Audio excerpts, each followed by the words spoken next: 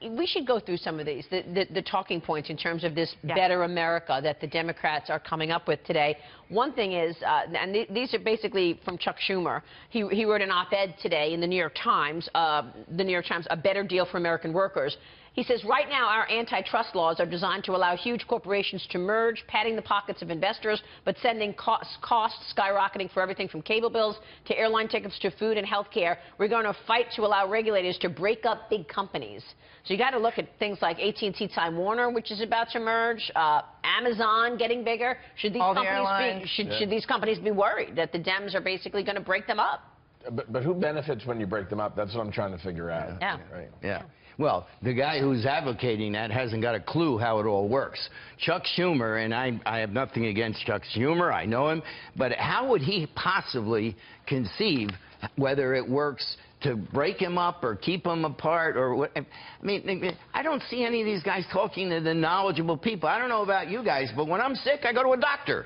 Right? So you don't see them actually addressing the issues with knowledge. Not with knowledge. Yeah. They're addressing it with what's the vote going to be. Right. Yeah, no, it's a very candy approach to messaging. It's like you're looking at anti-big business, so that I'm not, I'm all for the little guy. But the problem is, it's not that aspirational to say a better deal, better jobs, better wages. What's that really all about? Is that going to be enough for people to get excited by it? Yeah. But when you look at it, it's very anti-big business. He's talking about lowering pharmaceutical costs, which how are you going to do that without a health care plan?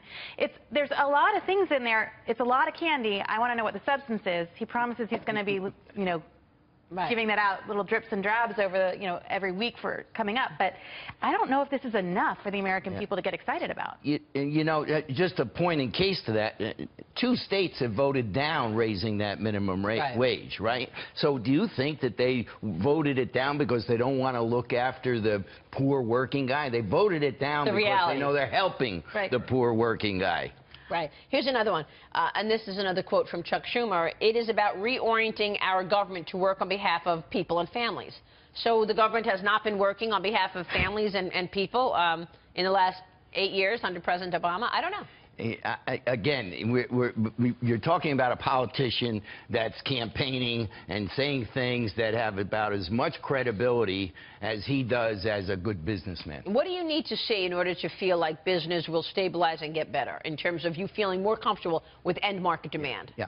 Well, certainly tax reform, and that then, as to my earlier point, is baked in with health care reform. We're going to have to bite the bullet on health care reform. I'm not an advocate of putting 20 million people that have health care coverage out of coverage on the one hand. On the other hand, what are the options? What's out there? And that's why I would talk to the various, there's only 4 major carriers, and I'd sit and say, maybe there is no solution. Because the reality is, if you take an actuary and he graphs, and I've been saying this before Obamacare was passed, if he graphs what's the trajectory on the existing pay schedule, you'll see in 2 years or 3 years, 30 counties don't have any coverage. You'll see 100 counties with no coverage. Yeah, you're absolutely right. Zane, you make great points. Thanks so much for being here. Thank you, Maria. Zane Tankel joining us.